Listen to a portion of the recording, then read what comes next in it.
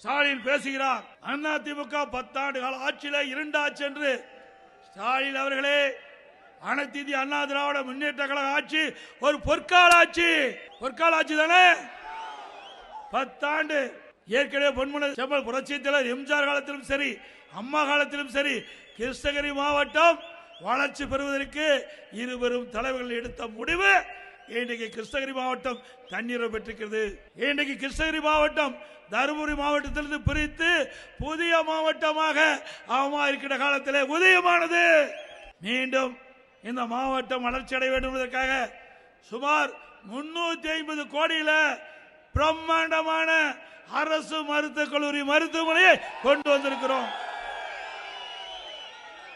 இந்த மாவட்டத்தில் இருக்கின்ற தொழிலாளர்கள், இந்த மாவட்டத்தில் இருக்கின்ற விவசாய தொழிலாளர்கள், விவசாயிகள், பொதுமக்கள் நல்ல உயர்தர அறுவை சிகிச்சை செய்யக்கூடிய அளவிற்கு பிரம்மாண்டமான அரசு மருத்துவக் கல்லூரி மருத்துவமனையை அதிமுக ஆட்சியிலே கொடுத்திருக்கிறோம்.